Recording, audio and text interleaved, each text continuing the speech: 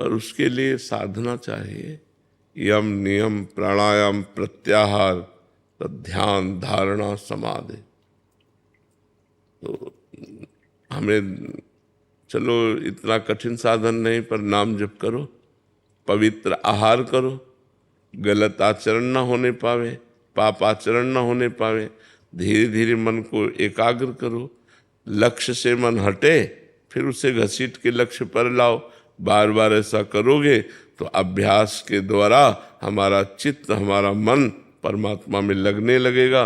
परमात्मा में लगना ही ध्यान है, प्रभु में लग जाना ही ध्यान है। एकाग्र, जैसे वैसे भी किसी कार्य के लिए कहते ध्यान पूर्वक कीजिए, तो ध्यान पूर्वक करने का मतलब एकाग्रता पूर्वक कीजिए।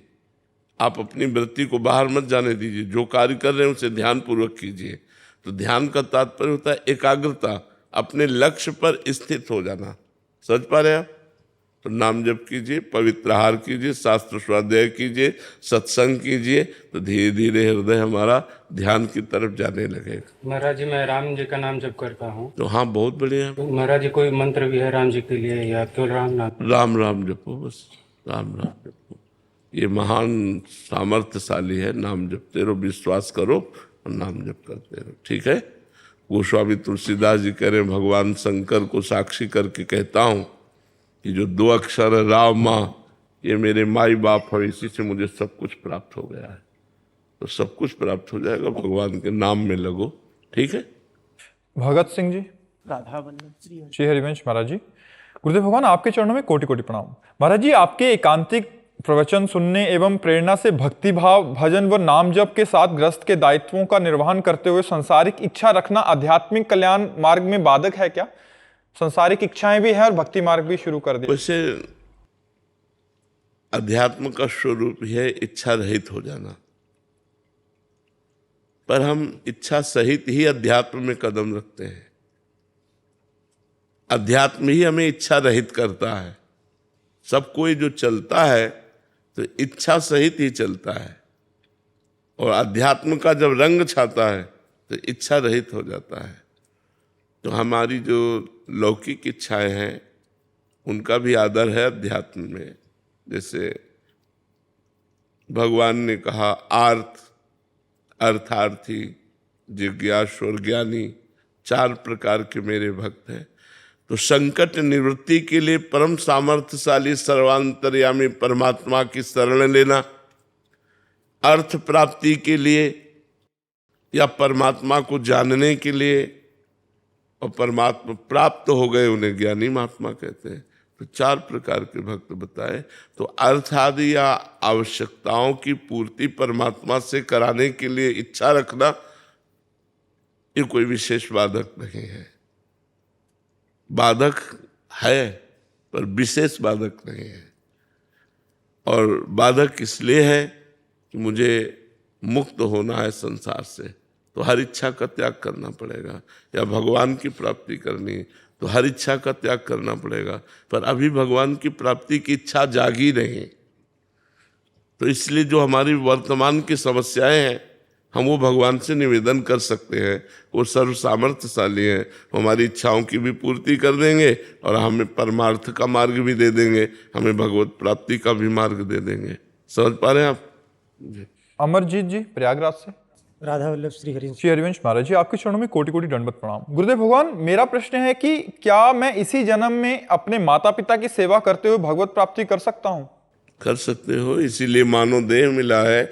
साधन धाम मोक्ष कर द्वारा ये तो मिला ही है। माता पिता में भगवत भाव करके उनकी सेवा करो और नाम जप करो तो निश्चित भगवत प्राप्ति हो जाएगी। पर भगवत प्राप्ति करना चाहो तब ना।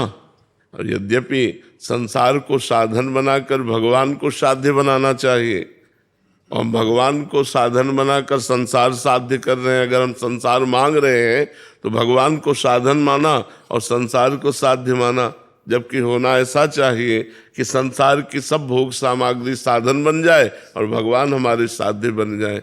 तो लक्ष्य तो माता पिता की सेवा करके, समाज की सेवा करके, नाम जप करते हुए हम पूर्ण कर सकते हैं, पर लक्ष्य हमारे अंदर बने तब ना कि मुझे भगवत प्राप्ति करनी है।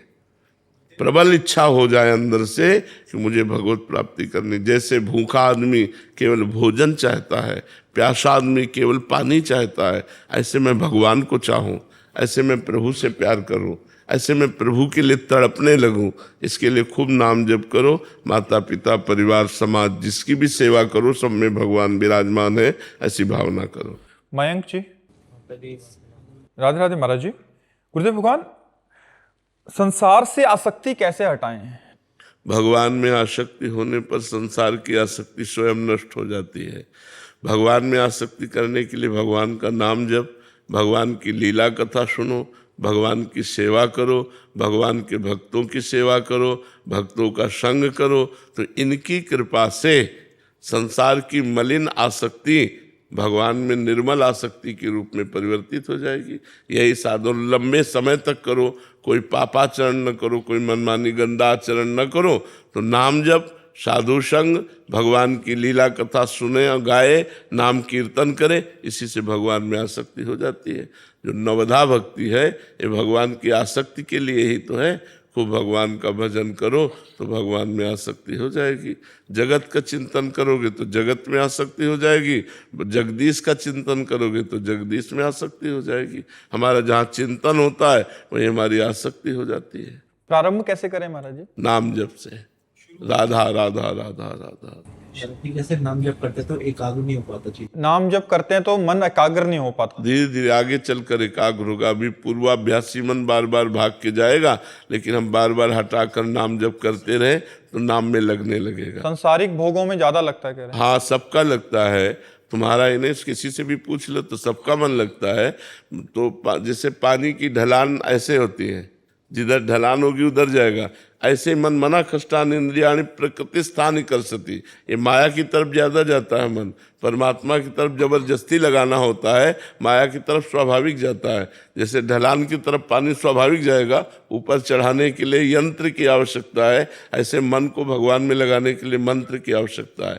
नाम और मंत्र के सहारे हम इसे परमात्मा में लगा देते हैं। समझ पाए? गुरुदेव, भजन में इतना विक्षेप क्यों डालती है गुरुदेव? हम भजन करना चाहते भजन में बहुत विक्षेप माया डालती है, हम करना चाहते हैं बट माया बार बार। हम ये स्वीकार करते हैं आपकी बात कि माया विक्षेप डालती है, लेकिन इसी को जीत जाए तो परमात्मा की प्राप्ति हो जाए, तो उसको सहो। भगवान ने कहा है, देखो माया का विघ्न क्या है? आकर्षण, भोगों का आकर्षण, पुत्र पति का आकर्षण, धन का आकर्षण, मान प्रतिष्ठा, वो आकर्षित करती है, हमारे मन को लुभायमान करती है। उसे हमें काटना है। नहीं नहीं, मुझे भगवान चाहिए, मुझे प्रिया प्रीतम चाहिए, ये नहीं चाहिए, मुझे प्रिया प्रीतम। बार बार हम अपने मन की जो आसक्ति संसार की तरफ है उसको विवेक के द्वारा काटें तो धीरे धीरे धीरे धीरे भगवान की कृपा से हमारा मन अनासक्त होने लगता है। ऐसा नहीं कि 2-4 महीने में हो जाएगा, लंबे समय तक हमको अभ्यास करना होगा। और भगवान के भरोसे रहेंगे ना तो मामेवे प्रपद्यन्ते माया में ताम तरन्ते, जो मेरी शरण में हो जाता है उसे मैं माया से पार कर देता हूँ।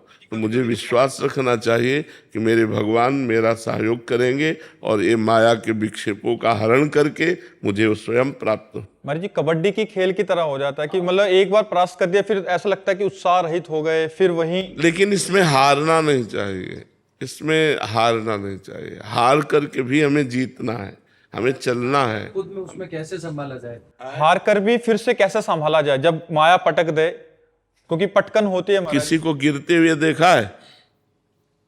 गिरते हुए देखा? किसी को फिसलते हुए देखा होगा? उसकी एक्टिंग क्या होती है? वो सबसे पहले आसपास देखता, कोई देखा तो नहीं। अगर किसी ने देख लिया तो मुस्कुरा देता है, यार गिर गए। नहीं, बस ऐसे ही है। आसपास देखो, किसी ने देखा तो नहीं, फिर अंदर से यार गिर गए। अब फिर हमें खड़ा होना है और चल देना है। वहीं गिरा नहीं पड़ा रहता कि यार गिर गए तो भी यहीं पड़े रहे, फिर झरिया दिया और फिर चल दिए। तो ऐसे ही माया हमको गिराती, काम क्रोध लोभ मोह मद मत्सर, ये उसके फिसलन है। किसी में फिसल गए तो यार मुस्कुरा दोगे, यार गिर गए, चूक हो गए, सॉरी, फिर आगे बढ़ो। ये तो वीरों का मार्ग है। ऐसा थोड़ी कि गिर गए तो निराश हो गए, उत्साह हो हीन हो गए, ऐसा नहीं। गिर गए तो फिर खड़े हो, फिर दौड़ लगाओ, फिर अपनी मंजिल को प्राप्त करो। बिना लक्ष्य प्राप्ति के हमारे कदम रुकने नहीं चाहिए। भले गिरना कोई आश्चर्य की बात नहीं, लेकिन गिरकर पड़े रहना ये आश्चर्य की बात है। अपने लक्ष्य तक न पहुंच पाना, अपने गोल तक न पहुंच पाना, ये कायरता है। गिर गए ठीक है, लेकिन हम फिर दौड़ लगाते हैं। हमारा गिर जाना स्वाभाविक है, क्योंकि शिव विरंची का मोह ही बड़े बड़े ईश्वर कोटि के महापुरुषों को मोहित करने की सामर्थ्य माया रखती है। शिव विरंची का मोह ही को है बपुराण, अस जिए जान भजी मायापति भगवान। तो हम तो जीव हैं, ये ईश्वर कोटि के जनों को भी माया लुभायमान कर लेती है। इसलिए हमको निराश नहीं होना, उदास नहीं होना, हताश नहीं होना, आगे बढ़ते ही जाना चाहिए। अंकिता जी कर्नाटक से। राधे राधे महाराज जी। महाराज जी, यदि हम किसी कर्म का फल शरणागति भाव से स्वीकार करते हैं तो उसके बाद मन में कई बार ये प्रश्न उठता है कि शायद इससे मैं और ज़्यादा अच्छा कर सकती थी, अपना कर्तव्य पूर्ण रूप से करने से चूक गए। महाराज जी, शरणागति में ऐसा भाव आना चाहिए क्या महाराज जी, कि और अच्छे से हो जाता, हम उसको स्वीकार नहीं कर पाते उस समय कि ये जो किया प्रभु ने। तो ठीक है, अगली बार से और अच्छा कर लीजिएगा। अगर शरणागत का भाव पूछिए तो प्रभु ने जैसा कराया वैसा हो गया, अब आगे जैसा कराएंगे वैसा हो जाएगा। मैं और अच्छा कर सकती हूँ ये अहम की बात है, लेकिन प्रभु इससे अच्छा भी करा सकते हैं, ये शरणागत की बात है। अगर शरणागत हो तो हर बात में प्रभु को लाओ। प्रभु को जैसा कराना था वैसा करा दिया, आगे जैसा कराना होगा वैसा करा लेंगे। ये शरणागत की भाषा है। और अहंकार की भाषा है कि ये क्या मैं इससे अच्छा भी कर सकती थी, अच्छा करूँगी, ये संसारिक पुरुष की भाषा है। लेकिन वो शरणागत की भाषा है।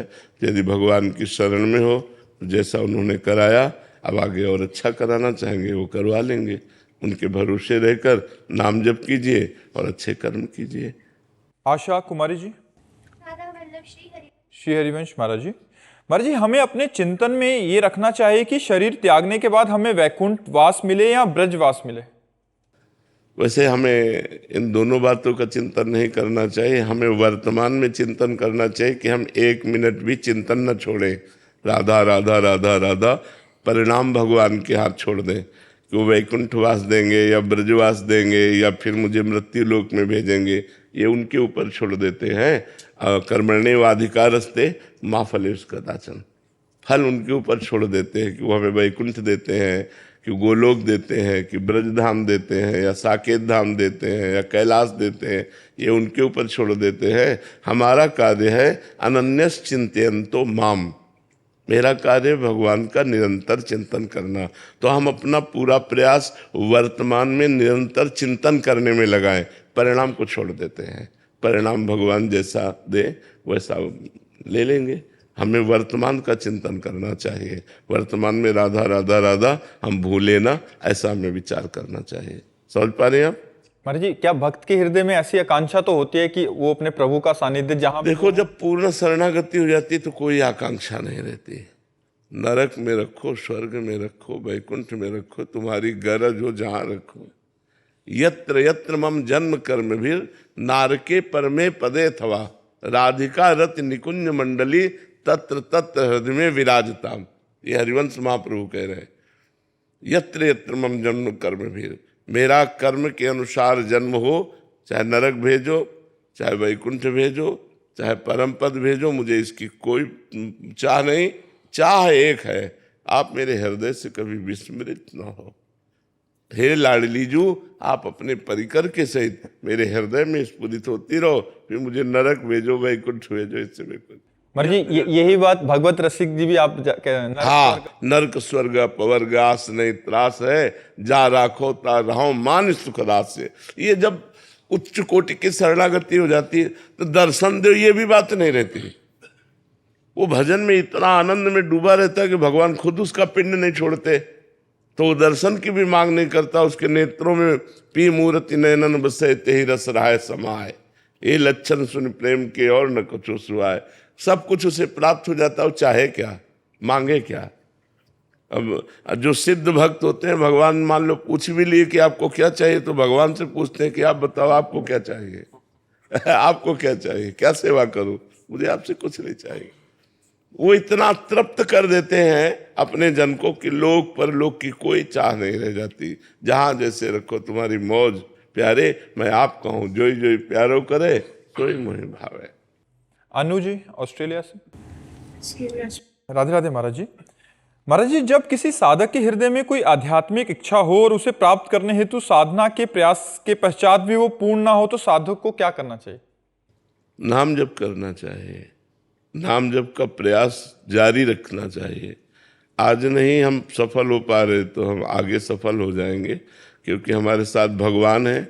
हमारी सफलता निश्चित है, विजय हम निश्चित प्राप्त करेंगे। आज हमसे पूर्ण अभ्यास नहीं हो पा रहा तो कल हम जरूर कर लेंगे। हम ऐसे भावना में रहें, ऐसे विश्वास में रहें और प्रयासरत रहें, कभी निराश नहीं, हताश नहीं, उदास नहीं। ये इस मार्ग में ऐसे नहीं चला जाता कि सफलता नहीं मिली तो निराश हो गए, उदास हो गए, हताश नहीं। अतिशय रगड़ करे जो कोई तो अनल प्रगट चंदन ते होए। अगर अधिक रगड़ कर दी जाए तो चंदन शीतल होता है लेकिन आग पैदा कर देगा। तो अभ्यास के द्वारा हम क्या नहीं कर सकते। हम आज अभ्यास कमजोर है हमारा तो हम असफल होते जा रहे हैं, लेकिन हम सफलतापूर्वक अभ्यास करेंगे, हम आगे निकलेंगे। हमको निराश उदास हताश नहीं होना है, हमें प्रयासरत रहना है। बिल्कुल असफलता हमें नहीं छू सकेगी। गुरुदेव, अगर लगे कि हम काबिल ही नहीं है उसका, कभी हो नहीं पाएंगे। कभी लगे कि हम उस स्थिति के काबिल ही नहीं है तो फिर? तो स्थिति के काबिल कोई नहीं है, काबिल तो भगवान बनाते हैं। जब हम राधा राधा जपते हैं तो श्री जी हमें काबिल बनाती है। हाँ, ये जरूर है कि गंदे आचरण छोड़ने की चेष्टा करनी चाहिए। जो आचरण धर्म विरुद्ध है वो आचरण नहीं करने चाहिए। अगर वो आचरण करेंगे तो फिर परमार्थ में कैसे चलेंगे। मान लो आप अपवित्र आचरण करने से आपका मन निराश हो जाएगा, आप भगवान की तरफ से हट जाएंगे। पापवंत कर सहज स्वभाव, भजन मोर ते भाव न काओ। एक होता है कि हम चल रहे हैं लेकिन फिसल गए, और क्या होता है जानबूझ करके पापाचरण करना। तो जानबूझ के यदि पापाचरण करोगे तो परमार्थ में नहीं चल पाओगे, फिर आप मतलब वो केवल बातें हैं। अब हम चल रहे हैं, चलते चलते हमारा गलत संग हुआ, कुछ गलती हो गई, वो क्षमा हो जाएगी, फिर आगे चलो, फिर आगे बढ़ो। लेकिन जानबूझ करके हम करेंगे तो क्षमा नहीं होगा। गलती हो गई तो आगे फिर भगवान चांस देते हैं। सबसे गलती हो जाती है, बड़े बड़ों से गलती हो जाती है। गलती वाला मार्ग है। मान लो काई पे दौड़ना है तो चाहे जितना दौड़ा को फिसलेगा फिसलेगा, क्योंकि फिसलन है तो माया की काई पड़ी हुई है अध्यात्म में, वो फिसलाएगी। लेकिन आपको मजबूत कदम रखना। अगर फिसल गए तो फिर खड़े हुए, फिर मजबूत कदम रखते हुए चले।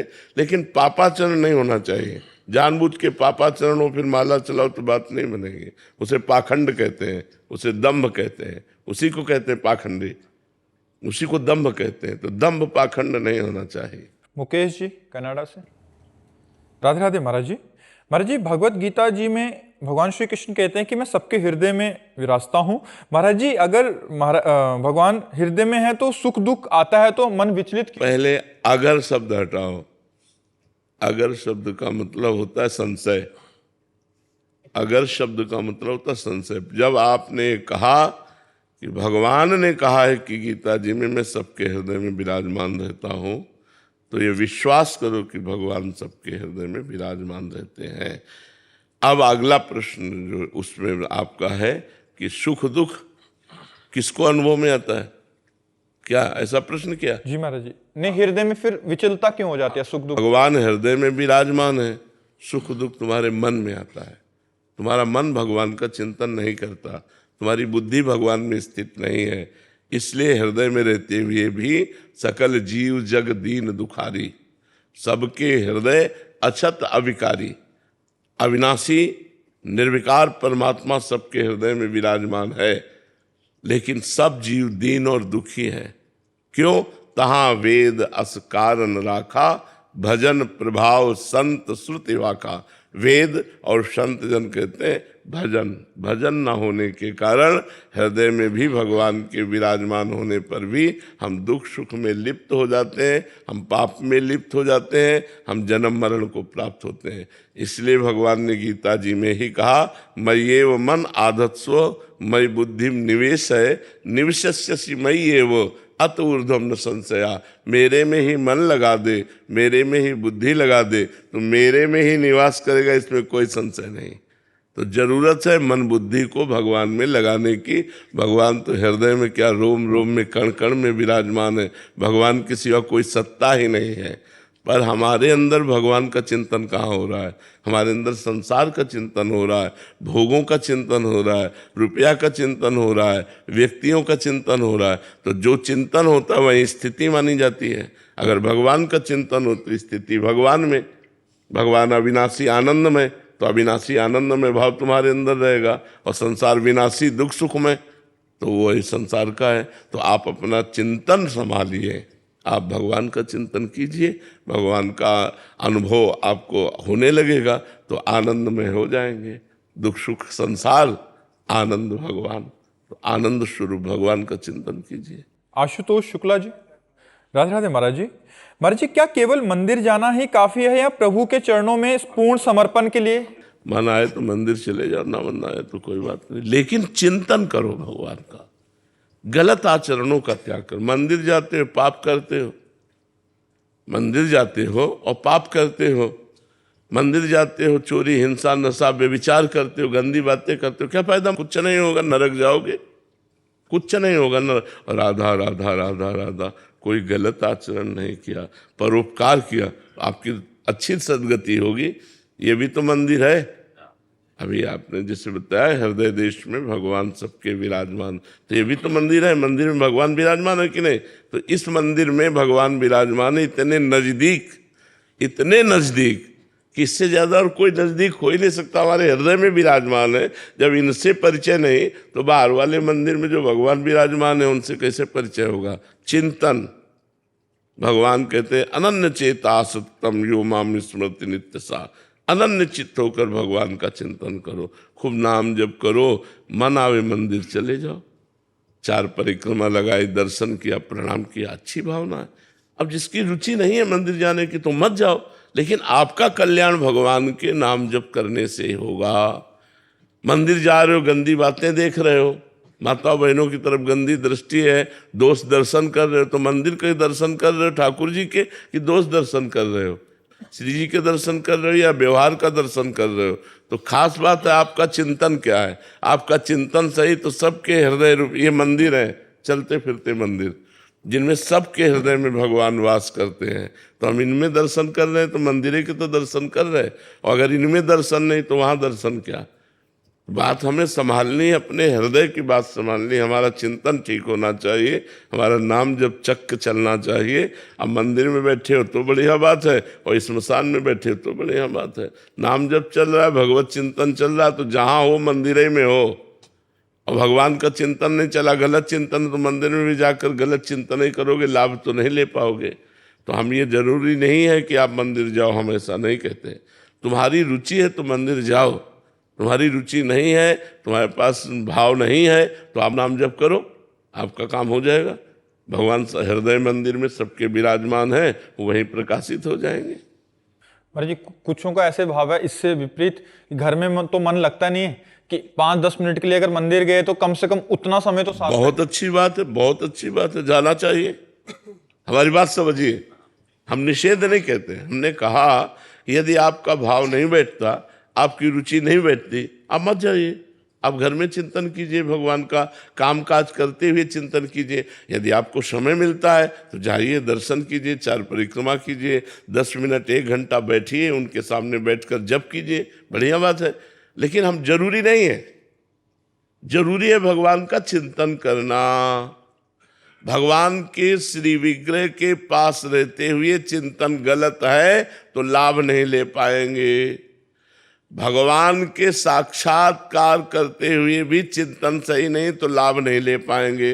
दुर्योधन भगवान को साक्षात देख रहा है, मूर्ति नहीं, साक्षात श्री कृष्ण को देख रहा है, लेकिन चिंतन सही नहीं है तो लाभ नहीं ले पाया, भगवान को भगवान नहीं मान पाया, भगवान से प्रेम नहीं कर पाया, भगवान का कृपा प्रसाद नहीं प्राप्त कर पाया, जबकि भगवान उसके सामने थे।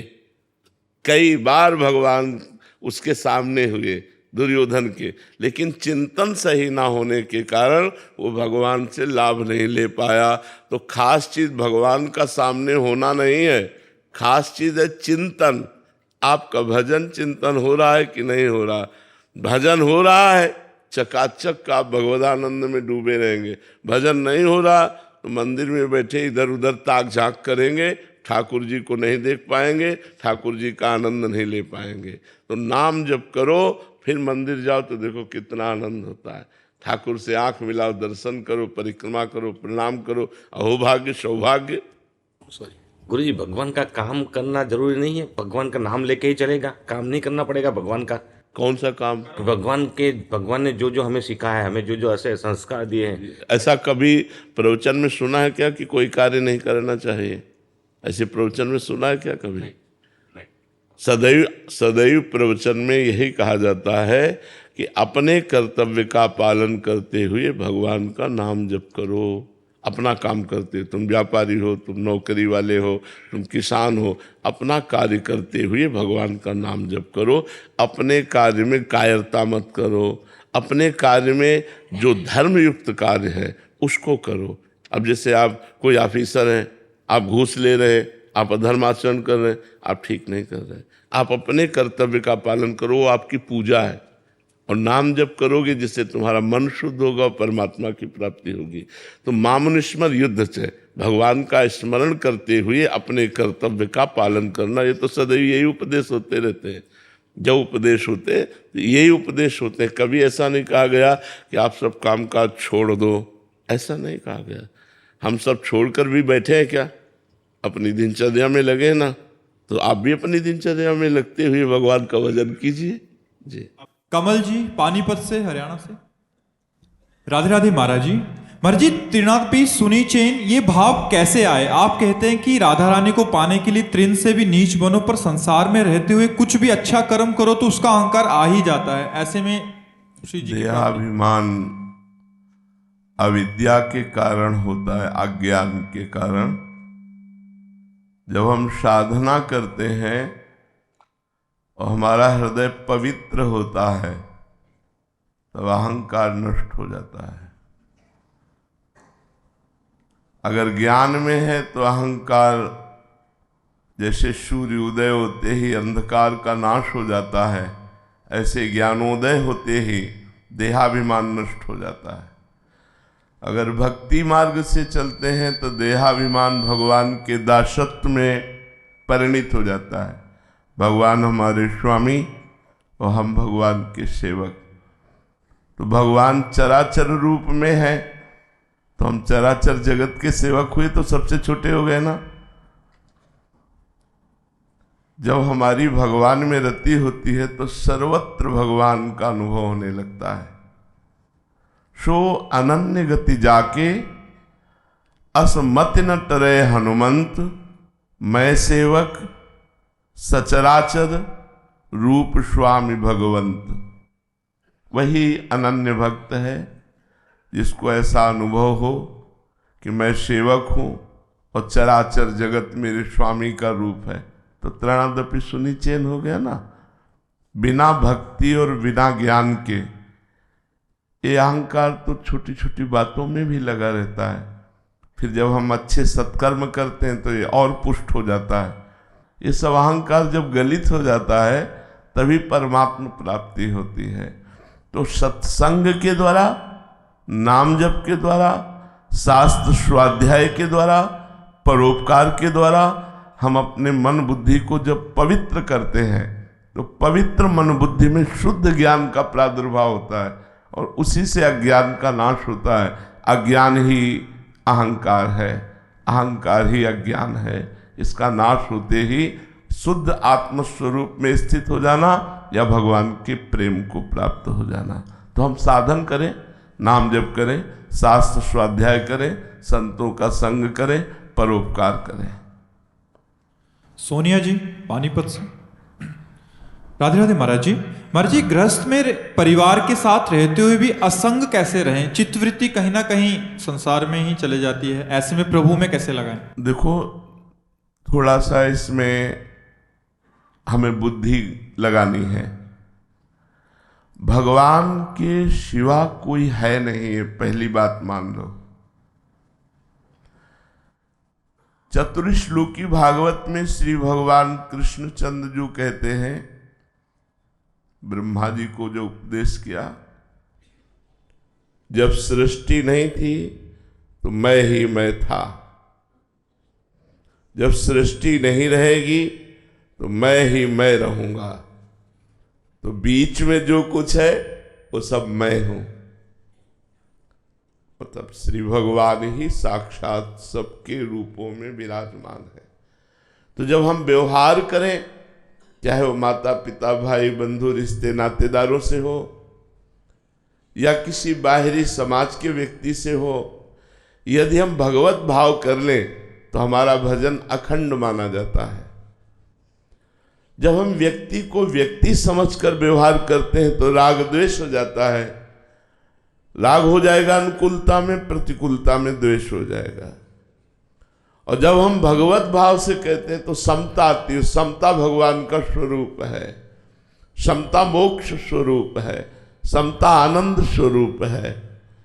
तो हमें चाहिए कि हम अपने व्यवहार करते समय व्यक्ति वस्तु स्थान स्वयं भगवान बने हुए हैं, ऐसा चिंतन करें कि इसमें भी भगवान है, ये भी भगवान का ही स्वरूप है, तो हमारा भजन बन जाएगा।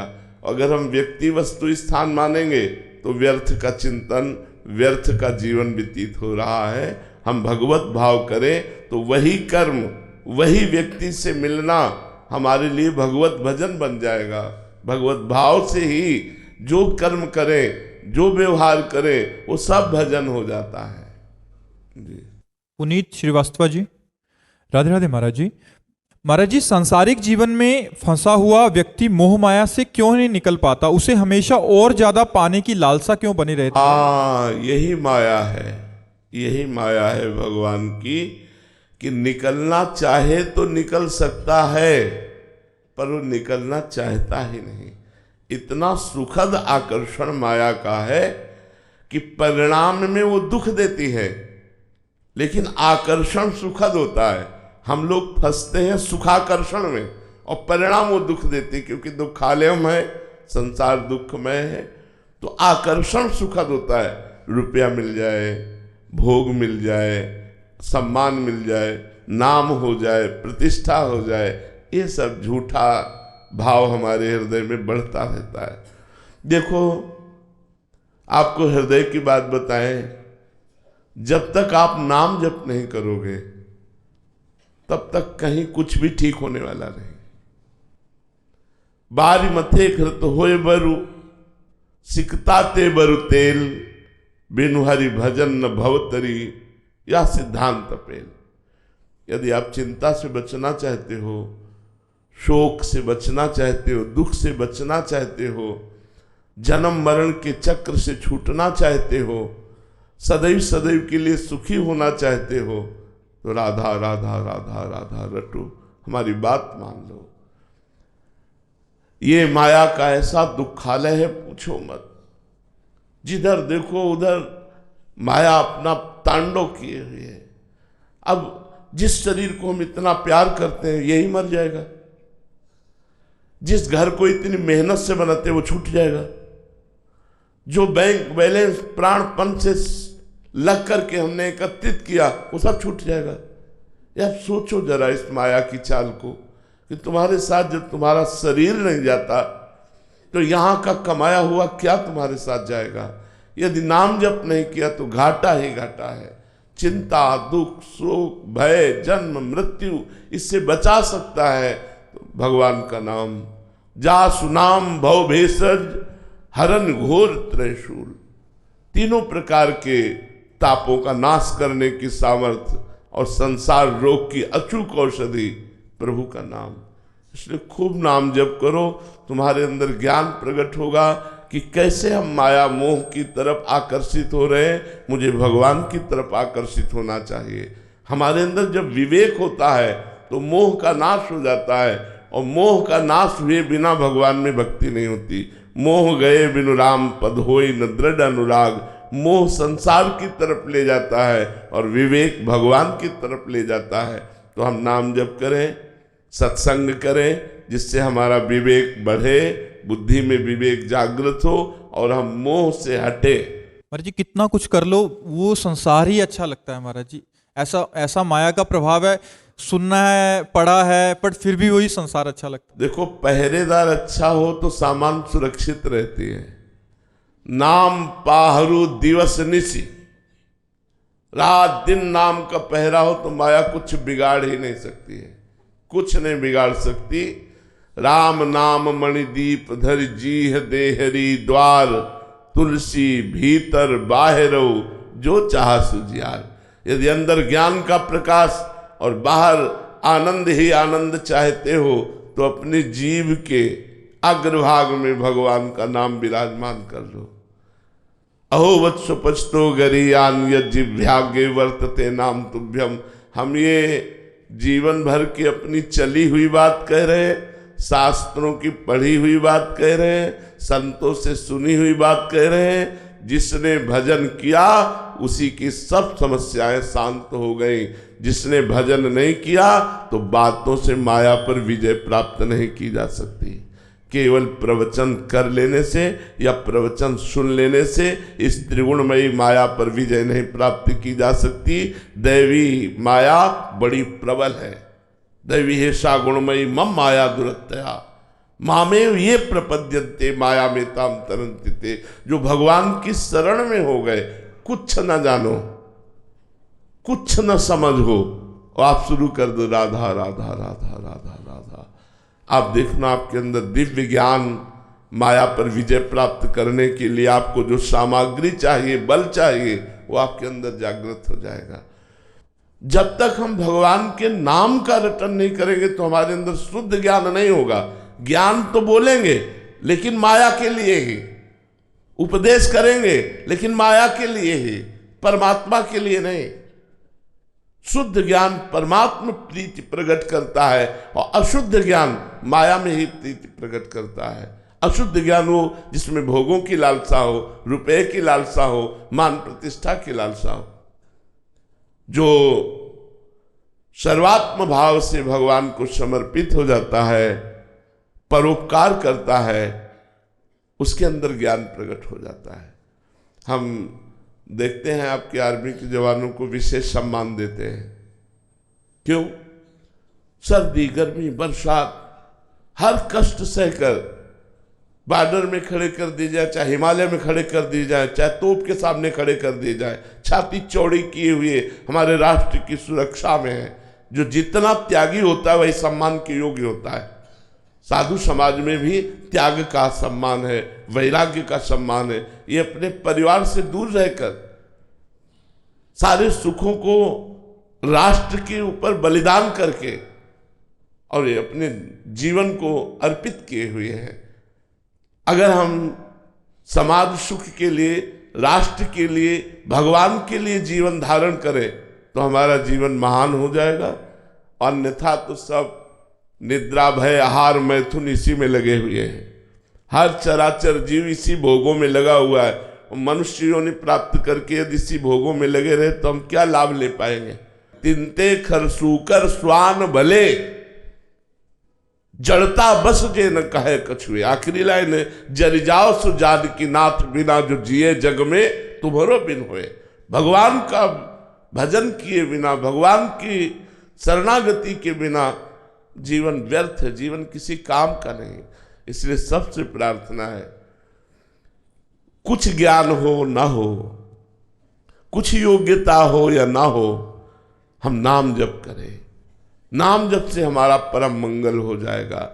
सारे तीर्थ नाम में विराजमान है, सारा ज्ञान नाम में विराजमान है, समस्त प्रेम नाम में विराजमान है। भगवत प्रेम जो जितना नाम जप करेगा लोक परलोक में जो चाहेगा वो उसे प्राप्त हो जाएगा।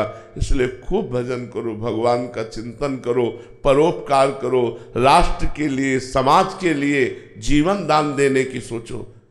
आज हमारा समाज इतना स्वार्थी होता चला जा रहा है, व्यसनी, व्यभिचारी, इतना भाव बढ़ते चले जा रहे हैं, बड़ा दुखद है। कोई किसी के साथ अत्याचार कर रहा है, वो वीडियो बना के डाल सकता है, लेकिन उस अत्याचारी को दंड देने के लिए उद्यत नहीं होगा वो। कोई माता बहन की चैन खींच रहा है, वो वीडियो बना रहा है। अरे तुम्हारी आंखों में तनिक भी पानी नहीं रह गया? तनिक भी तुम्हारी आंखों में तेज नहीं रह गया कि ये वीडियो बनाने का समय या उसको बचाने का समय है?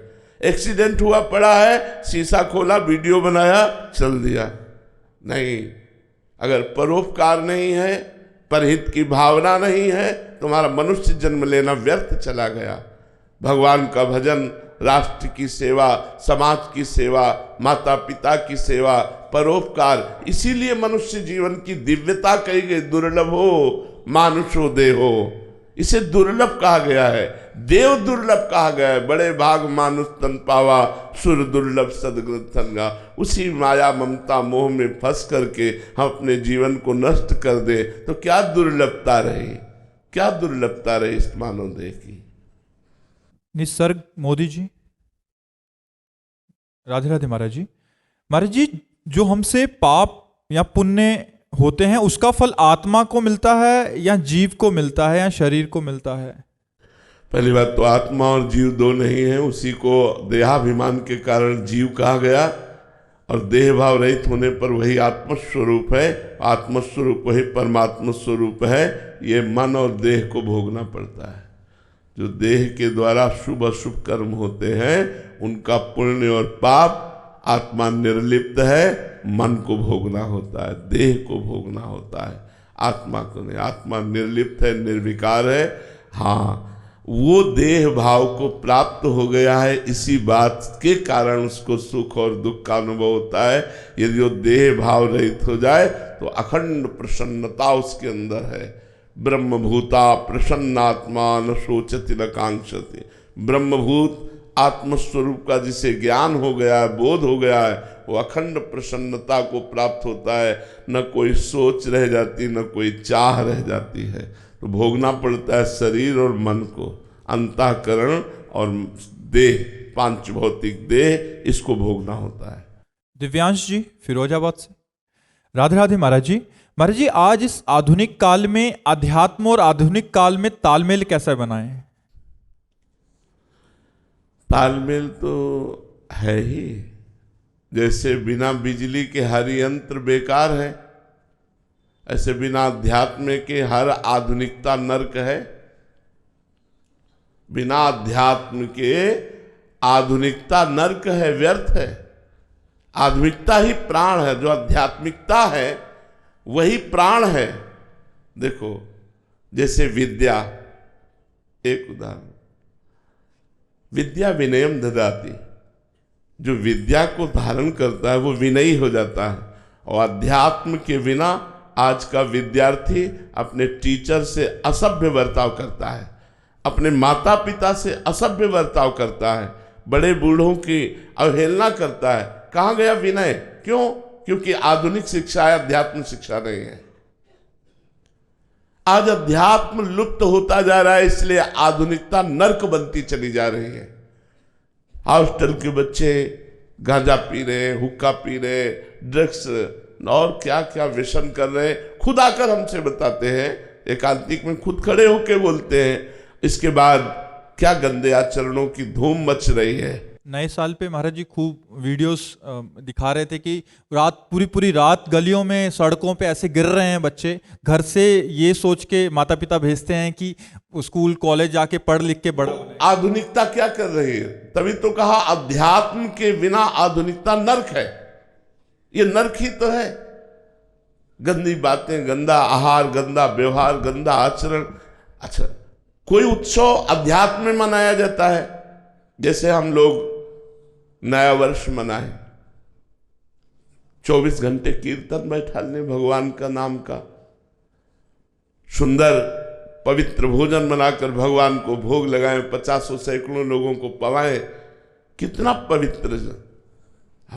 मांस मदिरा की पार्टी, गंदे बातों को परोसना, ये आज की आधुनिक पार्टी मनाई जाती है। अगर रोटी दाल सब्जी पवित्र पूड़ी आदि अच्छे अच्छे पदार्थ परोसे हैं, बोले क्या घास फूस परोस दिया यार, वहाँ तो पार्टी ही ठीक नहीं थी, तो उसे गरीब माना जाएगा, उसे पुराने जमाने का माना जाएगा, उसे निंदनीय माना जाएगा। तो आधुनिकता आज नर्क हो रही है अध्यात्म के बिना। अध्यात्मवाद, क्या सुंदर गृहस्थी, पति अपनी पत्नी को प्राण मानता है, पत्नी अपने पति को भगवान मानती है।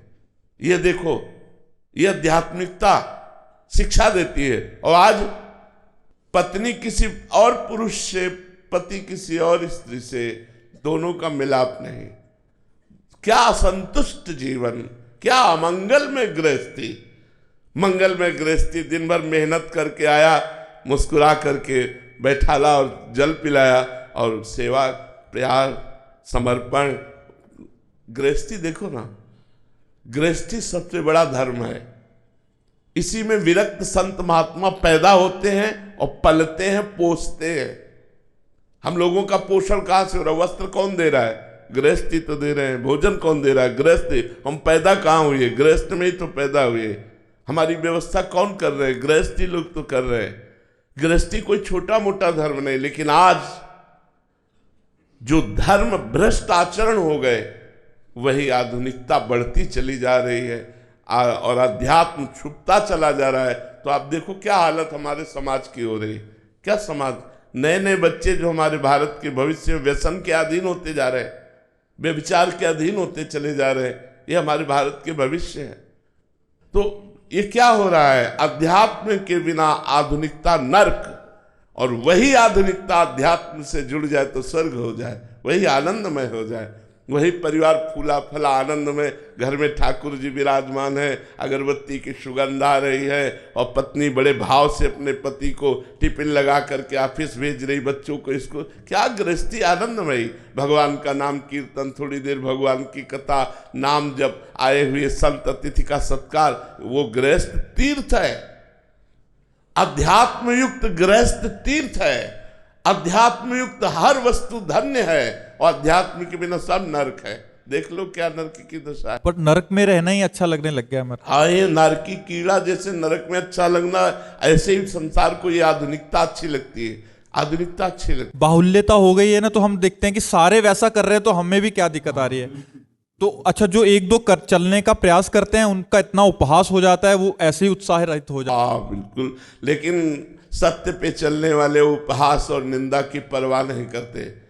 जो अच्छे मार्ग पर चलने वाले अच्छे लोग हैं, वो अपनी अच्छाई को कभी न त्यागें, बुराइयों को त्याग करवाने की सामर्थ्य रखें। आप स्वयं बुराइयों से युक्त ना हो जाएं, तभी तो आप अच्छे माने जाएंगे।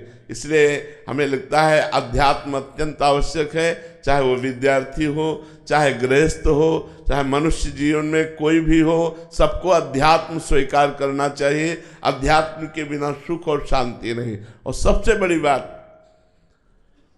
सुख होता है मन की शांति में। अशांतस्य कुतः सुखम।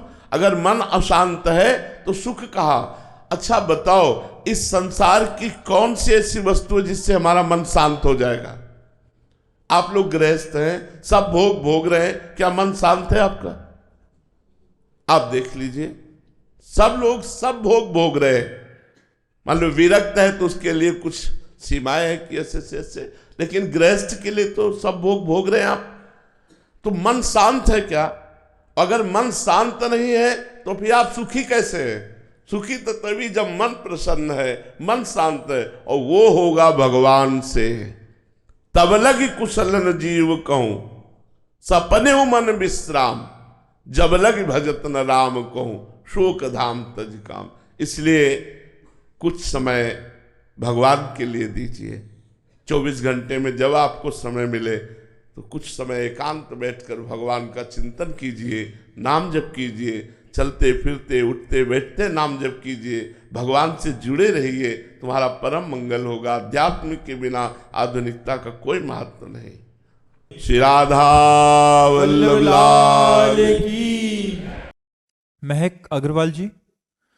राधे राधे महाराज जी।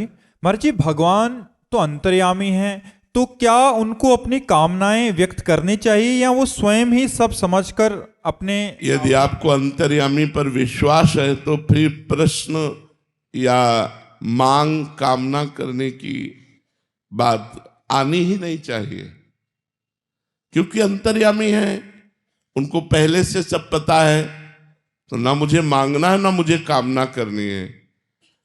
तो यदि अंतर्यामी पर उस कोटि का विश्वास नहीं है तो फिर मांगना भी चाहिए। हम किससे मांगे? तुमेव माता च पिता तुमेव बंधुश्च सखा तुमेव, आप ही मेरे सब कुछ हो। तुमेव विद्या द्रविणम तुमेव, धन भी तुम ही मेरे हो। तो अगर हमें भगवान से मांगना है तो सिर्फ भगवान से मांगे, किसी और से नहीं, तो हमारी भगवान मांग पूरी कर देंगे। क्योंकि भगवान ने अर्थार्थी को भी अपना भक्त कहा है। 4 प्रकार के भक्त बताए। आर्त भक्त, जो संकट निवृत्ति के लिए भगवान का भजन करता है। अर्थार्थी भक्त, जो भगवान से धन प्राप्ति के लिए भजन करता है भगवान का। और जिज्ञासु, जो भगवान से भगवान को जानना चाहता है। और ज्ञानी, जो भगवत स्वरूप हो गया है। तो यदि हम अर्थ चाहे तो ध्रुव जी की तरह केवल भगवान से चाहे, भगवान हमें तृप्त कर देंगे। या तो ऐसा ज्ञान दे देंगे कि अर्थ की तरफ चाह नहीं रह जाएगी, या फिर हमारा ऐसा विधान बना देंगे कि जो चाह है अर्थ की वो शांत हो जाए। बहुत करुणामय और बहुत सामर्थ्यशाली है। इसलिए अगर अर्थ भी चाहें तो केवल भगवान से चाहें। और अगर हमको ऐसा लगता है कि हमारे अंदर दृढ़ विश्वास है कि भगवान अंतर्यामी है, तो फिर मांगने की जरूरत क्या है? फिर तो आगे से आगे वो खुद व्यवस्था करेंगे। अंतर्यामी है, वो सब जानते हैं। पर यदि ये विश्वास दृढ़ ना हो तो मांग भी लेना चाहिए, प्रार्थना भी कर लेनी चाहिए। और अगर मांगने पे भी वो इच्छा पूरी ना हो रही हो तो इसका क्या भाव रखें? और इसमें 2 भाव हैं। पहली बात तो ये है कि आप मांगते हो तो क्या बन के मांगते हो? आप भगवान से क्या संबंध रखते हो? यदि भगवान के घर का संबंध है तो निश्चित पूरी नहीं हुई, ये बहुत कृपा हुई, नहीं तो अमंगल हो जाता अगर पूरी होती। पक्की बात समझ लो। अगर हम भगवान को अपना मानते हैं और हमारी की हुई कामना पूरी नहीं हुई तो निश्चित भगवान परम मंगल विधान करके वो हमारी कामना पूरी नहीं कर रहे। वो अखिल विश्व को जीवन दान देने वाले, वो मेरी कामना क्यों नहीं पूर्ण कर सकते? पर प्रकट में तो हमें अमंगल लग रहा है। नहीं, ये गलत बात है, ये गलत बात है।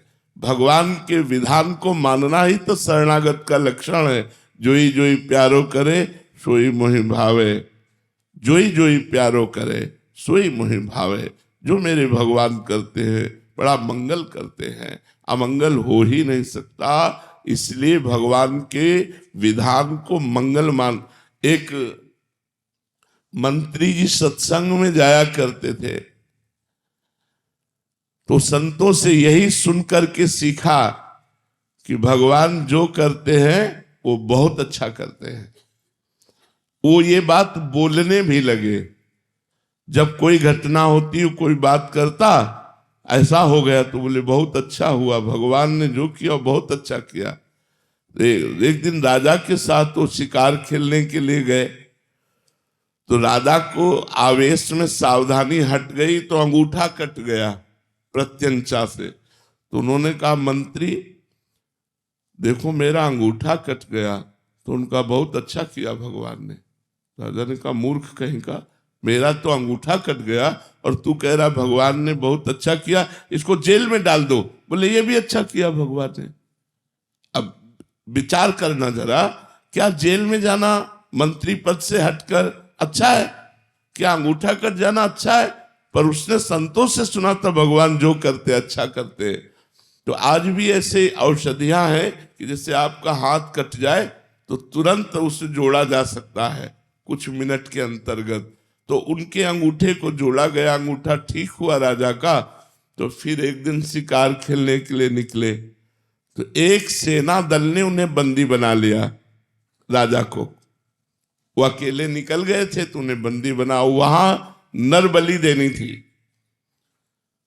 तो राजा को बलि के रूप में कि हम अपने देवता को प्रसन्न करने के लिए इनकी बलि देंगे, राजा तो नर रत्न है इसलिए और अच्छा रहेगा। और बलि होती सर्वांग पुष्ट की। तो जब राजा का बलि के वध के स्थान पर ले जाना हुआ तो वहां के जो पंडित थे उन्होंने कहा देखो ये सर्वांग पुष्ट है। तो पहले ही अंगूठा कटा हुआ चिन्ह था। बोले सर्वांग पुष्ट तो नहीं, अंगूठा कटा हुआ। बोले ये बलि लायक नहीं, हटा दो। तो उनको स्मरण आया कि जब मेरा अंगूठा कटा था तो मंत्री ने कहा था ये भी भगवान ने अच्छा किया, ये तो भगवान ने बहुत अच्छा किया, अगर अंगूठा न कटा होता तो आज हमारा गला कट जाता।